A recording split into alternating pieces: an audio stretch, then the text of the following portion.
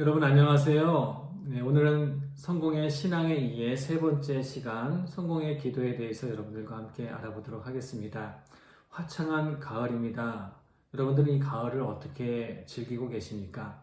제가 살고 있는 이 강릉은 푸른 바다와 그 맑은 하늘, 그 소나무 숲이 어우러진 아주 절경을 이루는 곳입니다. 이 풍경이 너무 좋아서 요즘 가을 산책을 자주 나가곤 합니다. 나가면 스트레스도 풀리고 마음의 안정도 돼서 정말 소중한 시간을 누리면서 이렇게 돌아오곤 하는데요. 여러분들이 사는 주변은 어떻습니까?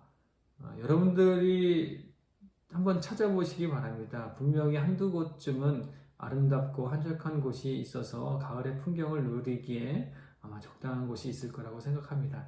중요한 것은 그것을 누리는 이의 마음과 태도이겠지요. 그 아름다운 마음으로 내가 이 아름다운 곳을 누리겠다라고 생각하신다면 그 시간이 가을을 누리고 또 가을이 주는 선물을 아름답게 또 즐길 수 있는 그러한 일이 만들어진다라고 생각을 합니다. 네. 가을은 또 기도하기 좋은 계절이죠. 오늘 우리가 나눌 주제도 기도인데, 그렇다면 지금부터 성공의 기도가 어떻게 우리 신자들의 삶을 형성하고 있는지 한번 알아보도록 하겠습니다. 일단 기도에 관한 여러 가지 정의가 분명히 있습니다. 많은 사람들은 기도에 대해서 각자의 생각을 가지고 있고 나름대로 정의를 내리곤 하는데요. 어떤 이들은 대화다라고 생각하고 어떤 이들은 하나님 같은 방식으로 소통하는 거다. 또 어떤 사람들은 기도란 하나님께 청원하는 거다.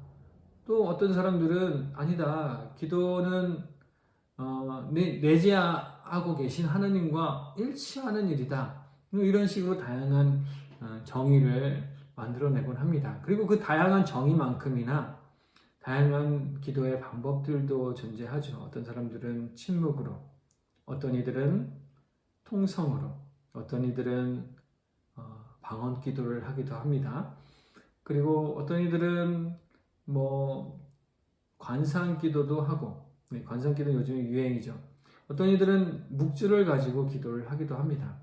다양한 영적 기법들도 물론 다 기도의 방법 중에 하나라고 볼 수 있을 겁니다.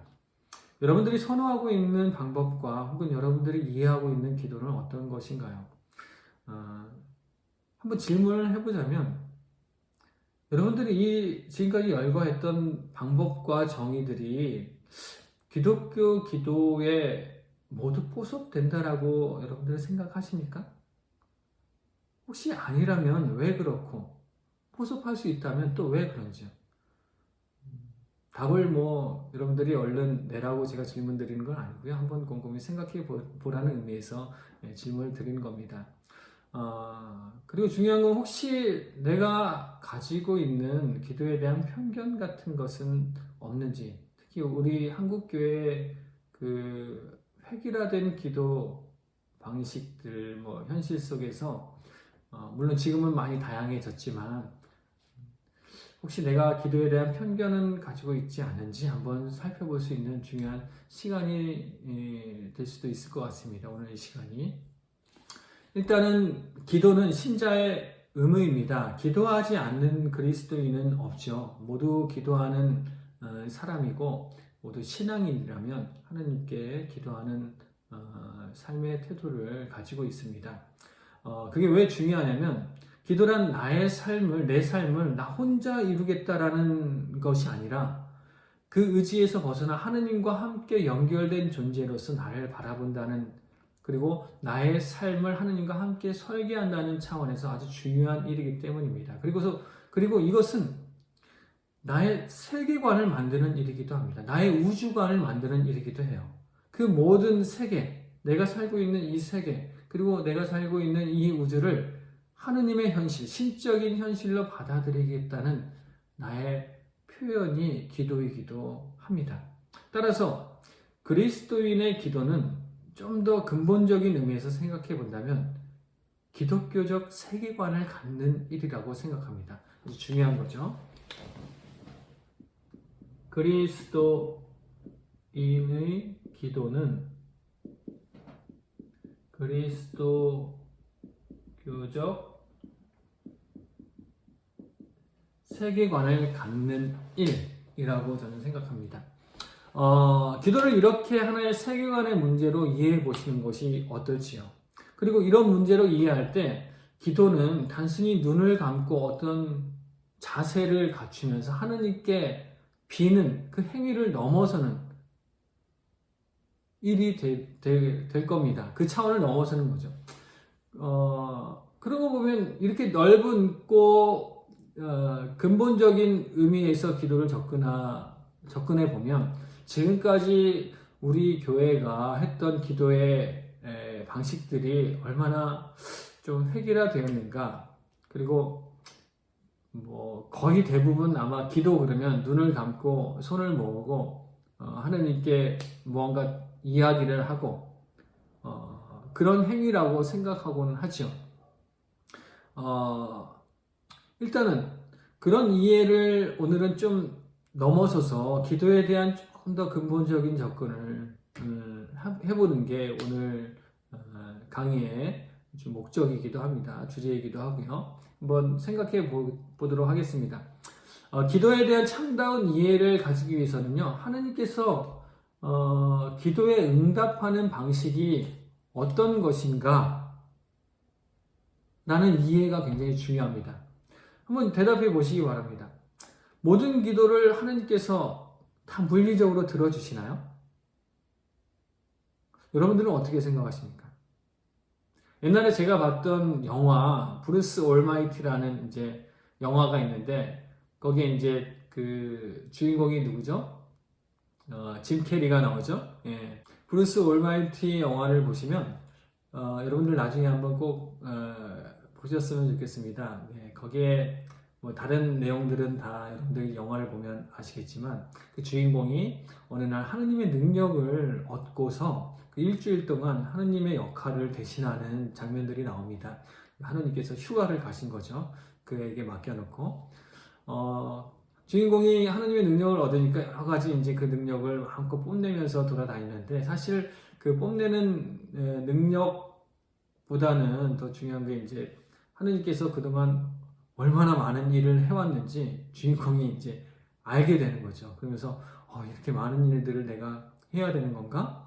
실제로 그 많은 일의 내용들이 뭐냐면 사람들이 기도하는 그 내용을 접수해서 하느님께서 이게 어떤 내용이고 또 이게 지금 당장 이루어져야 될 거고 아니면 이거는 좀 기다려야 될 거고 이거는 좀 무리한 거고 뭐 이런 것들을 다 판단해 가지고 하느님께서 들어주시는 뭐 그런 일들이라고 이제 영화는 표현을 했는데 짐 캐리는 그 일들을 다 하면 일주일을 그냥 일에만 또 파묻혀서 살 것 같으니까 어느 순간에 자기가 꾀를 냅니다. 그래서 그 모든 기도를 다 하느님 나라에 이제 컴퓨터가 있는데 그 컴퓨터에 접수된 모든 기도의 내용을 전부 다 예스를 눌러버립니다. 다 들어주겠다고. 그러니까 하느님께 비는 기도를 다 예스로 그냥 다 들어주겠다라고 입력을 해버린 거예요. 그리고 나서 남은 널널한 시간을 그냥 막 영웅처럼 슈퍼맨처럼 막 이렇게 자기 능력을 뽐내면서 또 보내는 거예요. 얼마나 신나겠어요. 근데 자기만 신났지 실제로 그 모든 기도가 다 예스가 됐을 때 세상에는 어떤 일이 벌어지겠습니까? 한번 상상해 보시기 바랍니다. 뒤죽박죽이 됩니다. 어떤 사람들은 뭐 비가 내리는 걸 원하고 어떤 사람들은 그걸 원하지 않고 어떤 사람들은 복권에 당첨되달라고 기도하고 그러니까 복권에 1등에 당첨된 사람들이 막 수백만 명 막 이렇게 되는 거죠. 그러니까 지구상 그야말로 난장판이 되고 여기저기서 싸움과 다툼이 일어나게 되는 겁니다. 뭐 영화가 그렇게 좀 희극적인 요소를 가지고 표현을 했습니다만 사실 다시 돌아가서 모든 기도를 하나님께서 물리적으로 다 들어주셔야 하는가라는 문제를 가지고 우리가 신앙의 입장에서 생각해 본다면 사실 그거는 기독교의 정당한 기도에 대한 바람은 아닌 것 같습니다. 또 어떤 사람들은 그러면 기도가 그것이 다 이루어지는 것이 아니라면, 기도하는 것이 다 이루어지는 것이 아니라면 그냥 심리적인 위안의 장치인가? 뭐 이렇게 생각하는 분들도 계시는 것 같습니다. 그냥 심리적인 위안이 되는 거죠. 기도를 하게 되면. 뭐 그런 차원도 분명히 있을 수 있겠습니다만 그것만 가지고 또 기도를 다 표현할 수 있는 건 아닌 것 같습니다. 그게 목적이 아니죠. 기도의 목적이. 그죠? 어떤 사람들은 뭐 기도에 대한 이러저러한 의미를 부여하면서 상황적으로 기도를 바라보기도 합니다. 뭐 들어주셔도 하나님의 뜻, 안 들어주셔도 무슨 이유가 있겠지 하나님께서 이러면서 본인의 기도를 합리화시키는 그런 일로 그 기도를 대하기도 하는데 글쎄요. 제가 생각하기에는 모두 답은 아닌 것 같습니다. 본질적으로 우리가 기도의 대상인 하느님을 어떤 우리의 필요를 채워주시는 분으로 우리가 인식할 때 우리의 기도는 조금씩 왜곡되어진다라고 생각을 합니다. 기도의 대상에 대한 우리 기도의 대상에 대한 올바른 인식 없이 기도한다는 것은 기복 신앙의 차원을 넘어가기 힘들지 않을까 이런 생각을 해봅니다. 하느님은 우리의 필요를 채워주시는 분이 아니라 우리의 삶과 함께 나누고 계신다는 분. 우리의 삶을 나누면서 우리의 삶을 함께 동행하고 계신다는 분으로 우리가 이해를 한다면 기도는 다른 차원으로 넘어가는 문제가 됩니다. 우리가 삶을 나눈다는 의미는 내가 하느님의 삶에 참여하고 하느님께서 나의 삶에 참여한다는 의미이기도 하죠. 생각해 보시기 바랍니다. 어떤 사람이 고통 속에서 탄식하는 사람이 있어요.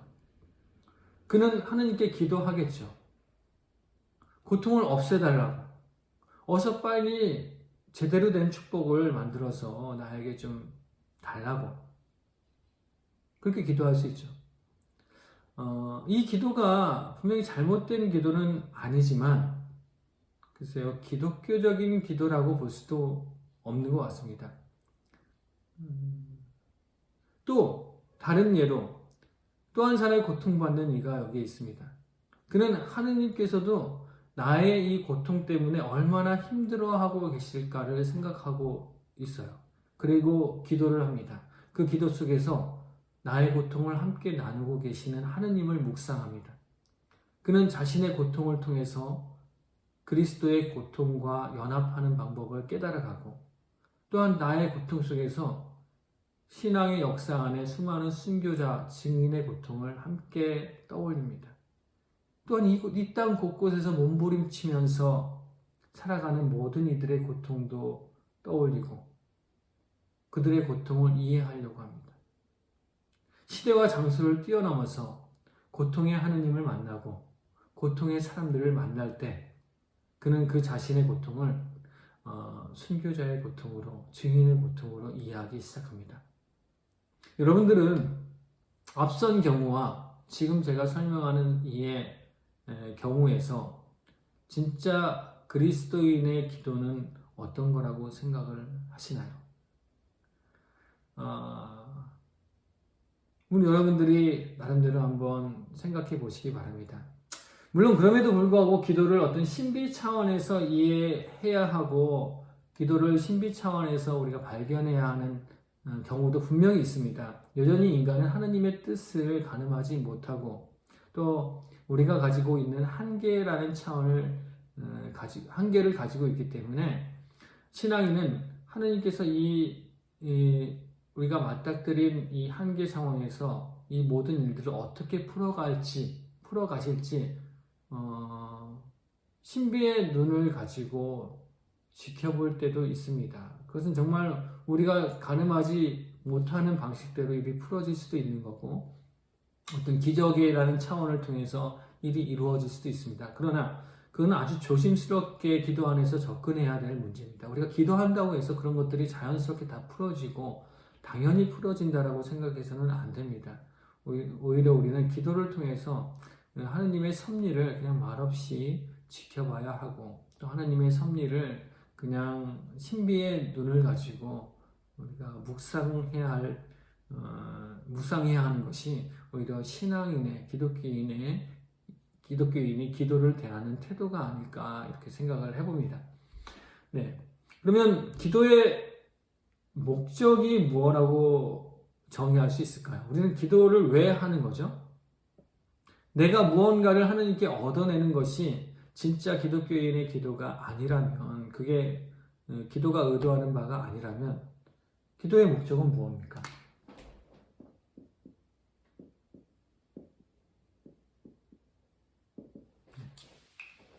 그것은 기도를 통해서 내가 나에게 주어진 어떤 상황을 변화시키고 내 주변을 변화시키는 것이 아니라, 변화는 분명히 맞죠. 내가 변화되는 일이라고 생각합니다. 이럴 때 기도는요, 어떤 주문이나 주술의 차원을 넘어서서 감사, 고백, 찬양, 이런 말로 수식될 수 있는 일이 될 겁니다. 기도를 이렇게 성찰할 때, 그러면 이제부터 성공회가 바라보고 있는 기도의 관점들, 성공회는 기도를 어떻게 구체적으로 이해하는가라는 질문이 또 만들어질 수 있을 겁니다. 결론, 답을 먼저 내면요, 성공회가 기도를 그리스도인의 삶으로 규정하는 가장 훌륭한 예는 바로 이 성공의 기도서입니다. 네, 성공의 기도서. 이 파란 표지의 이 책, 여러분들 각 가정 안에 분명히 한 권씩 가지고 계실 거고요. 만약에 없다면 성당에 가시면 분명히 이 기도서가 많이 있을 겁니다. 이 성공의 기도서. 이 성공의 기도서는요, 신자들의 삶의 양식들이 어떻게 신앙적으로 표현되고 어떻게 기도로 연결될 수 있는지를 보여주는 책입니다. 신앙인의 삶, 그리고 삶의 양식들이 어떻게 신앙적으로 표현되는지, 어떻게 기도로 연결되는지 보여주는 책. 그러면 기도에 대한 또 다른 정의가 만들어지는 거죠. 기도는 인간이 태어나면서 하느님과 연결되어 살아가는 그 모든 삶의 과정이고 양식들이다 라고 이해하는 겁니다. 이게 성공회가 기도를 이해하는 가장 적절한 표현이 아닐까 생각합니다. 성공회는 모든 신자들의 삶의 양식이 기도로 표현되어질 수 있다라고 보고 있습니다.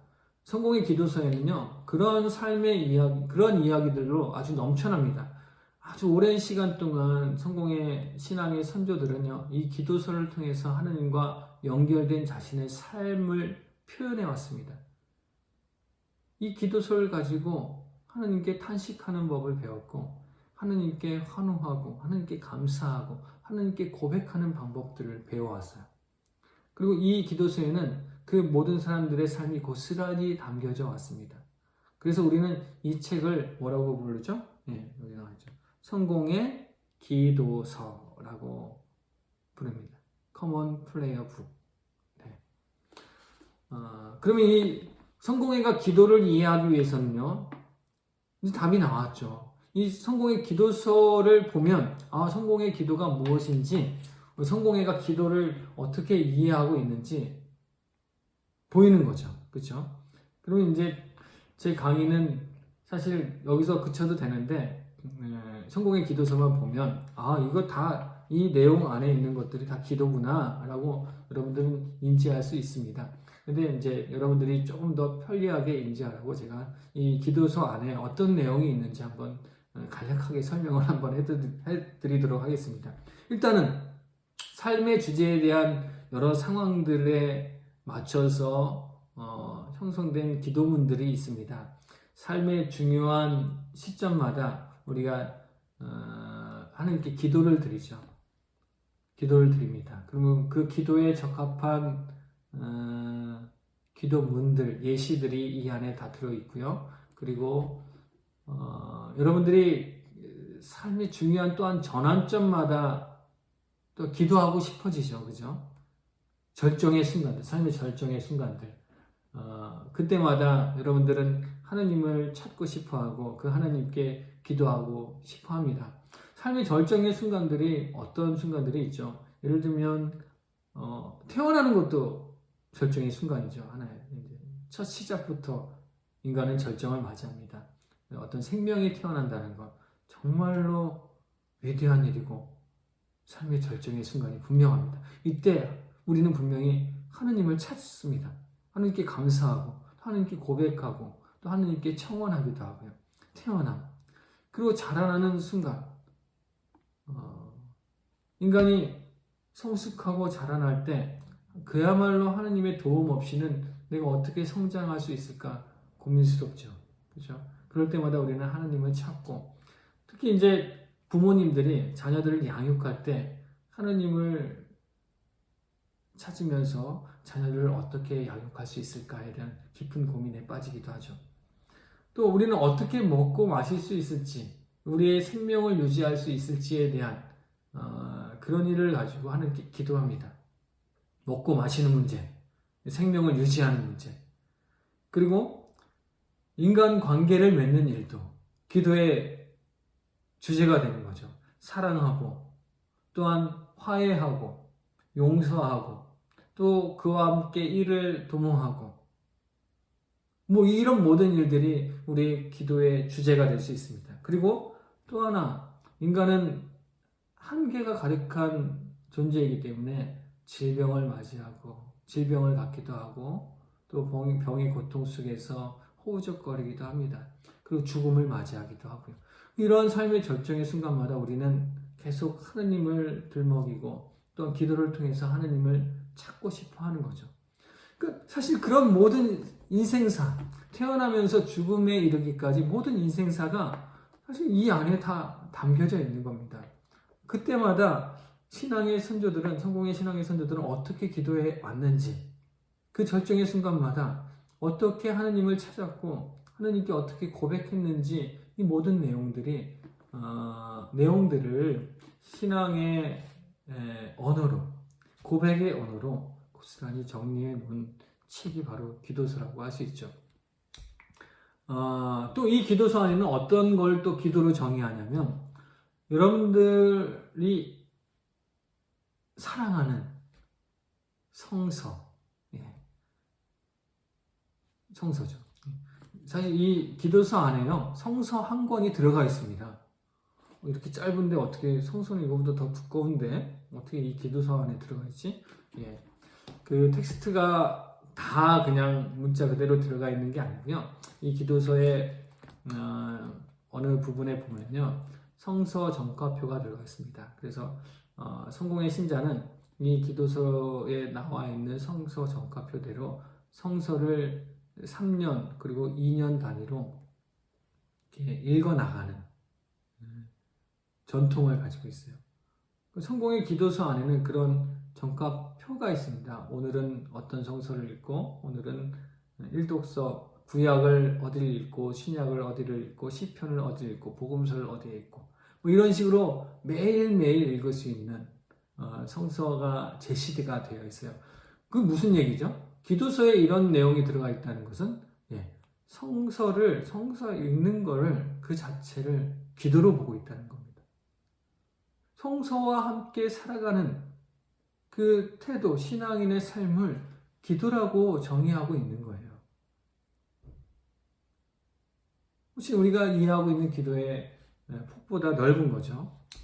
또 다른 기도도 있습니다. 중보기도, 그러니까 어떤 특정한 상황에 처했을 때 우리 신자들이 함께 한 목소리로 기도하는 방식들에 대한 부분도 있습니다. 어떤 절기마다 사순절에는 참회언도를 통해서, 그리고 어떤 특정 주제, 어떤 상황 속에서 우리는 어떤 기도문을 함께 하면서 이게 이 기도가 우리가 한 목소리로 바치는, 우리 일치의 표현이기도 하다라는 어떤 공동체성을 담보하는 그런 일들도 우리의 기도라고 성공회는 생각하고 있습니다. 또 하나 있습니다.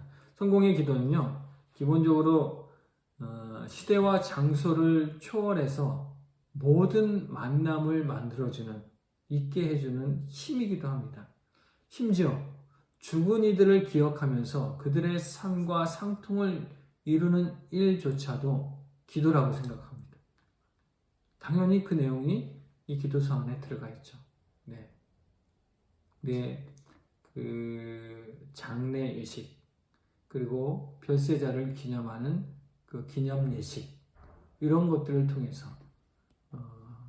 우리는 그 모든 우리의 신앙적인 표현이 그들을 기념하고 그들과 함께 이 하느님 나라를 함께 구성하는 백성들이다라는 우리의 삶의 표현들, 우리 생각의 표현들, 이런 것들이 하나의 기도라고 우리는 인식하고 있는 겁니다. 당연히 이 기도서 안에는 우리의 예배인 감사 성찬에도 들어가 있습니다. 그렇게 되면 어떤 면에서 기도는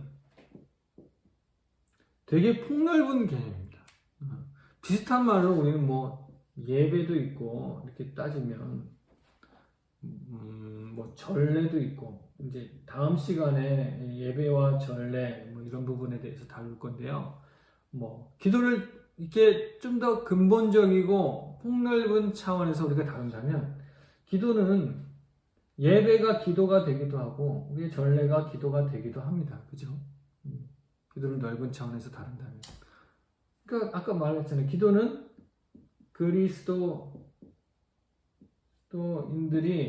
인의 삶의 양식들, 이 양식들이 드러나는 일, 그리스도인, 그런 일이라고 우리가 표현을 했으니까, 그야말로 하느님과 연결돼서 살아가는 모든 삶이 기도라고 볼 수 있는 거죠.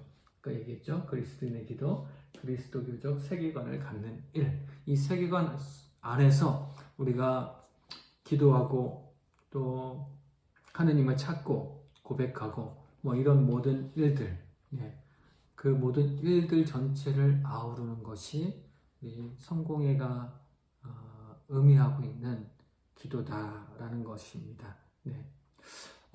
기도는 그리스도인을 하나로 묶어주는 매우 중요한 그리고 아름다운 일이죠.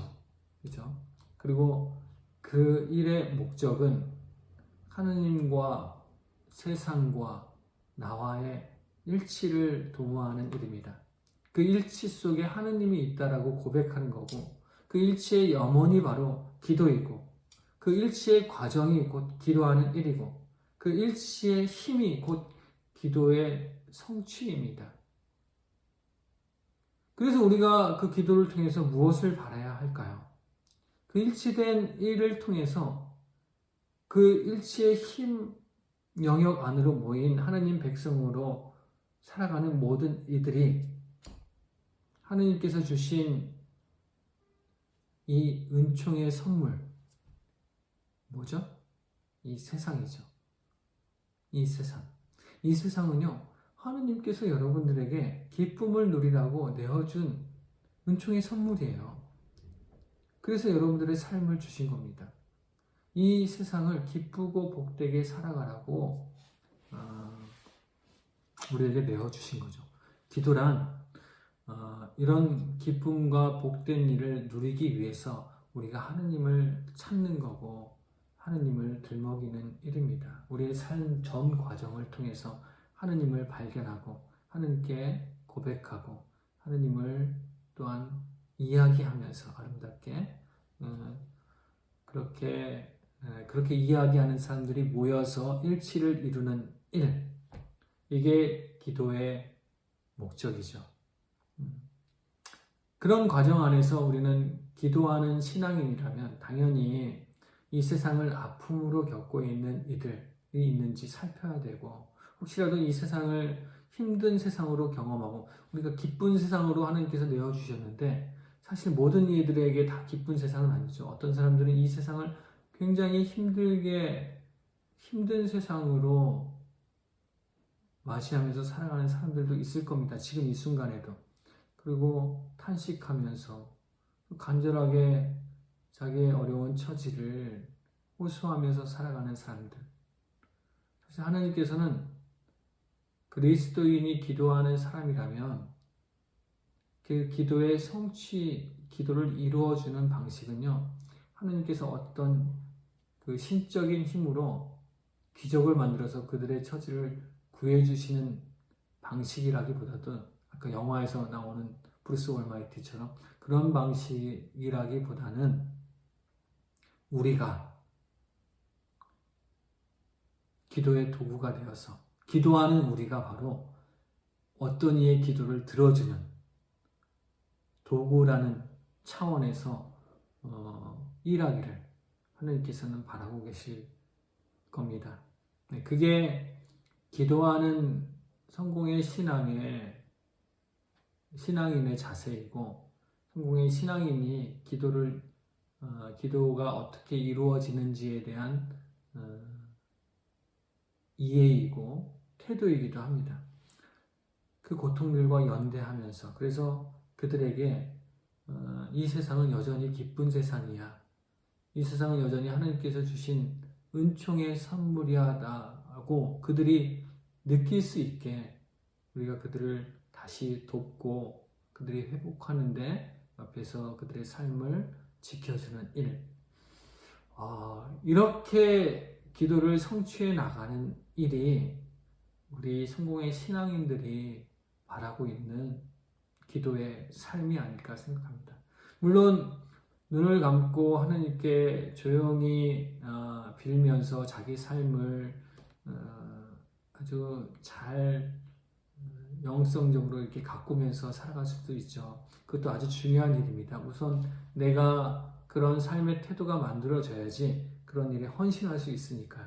그러나 기도가 자기의 어떤 영적인 만족과 영적인 자기만의 모양을 만드는 일에 그쳐버린다면 이 세상은 기도의 교실이 이루어지지 않을 겁니다.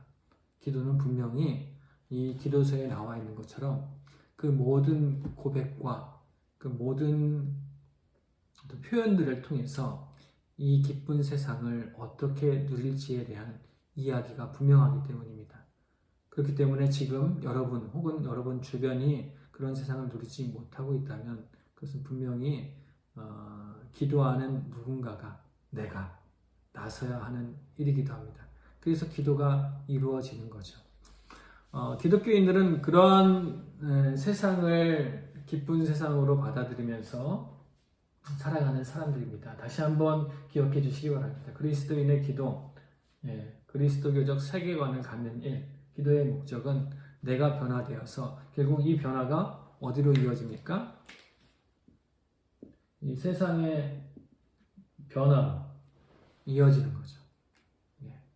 세상의 변화로 이어집니다. 그 세상의 변화란 하나님께서 본래 이루고 싶으셨던 그리스도께서 본래 회복하고 싶었던 그 세상으로의 변화입니다. 주님께서 그런 세상을 위해서 희생하시지 않았습니까?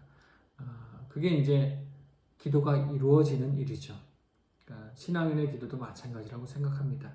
하나님께서 우리에게 바라시는 그 모든 기도의 삶들을 성공의 신자들은 하나씩 이루어가는 것이 필요하다고 믿고 있는 사람들이죠.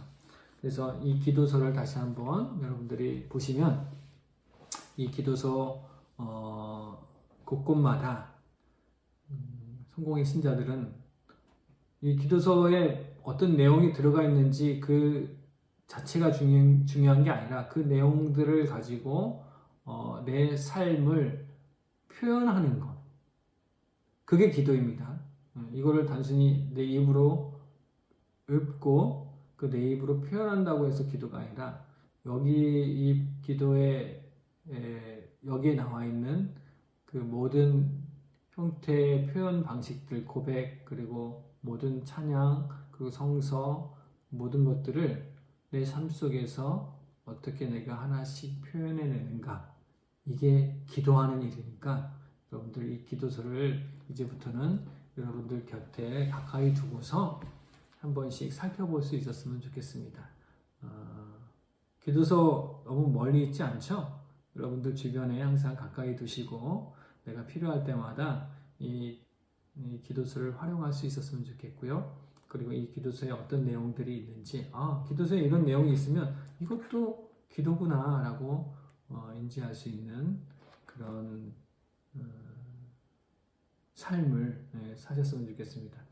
네, 오늘은 성공의 기도 이해에 대해서 알아봤습니다. 여러분들 이 가을 다시 한번 아름다운 계절이잖아요.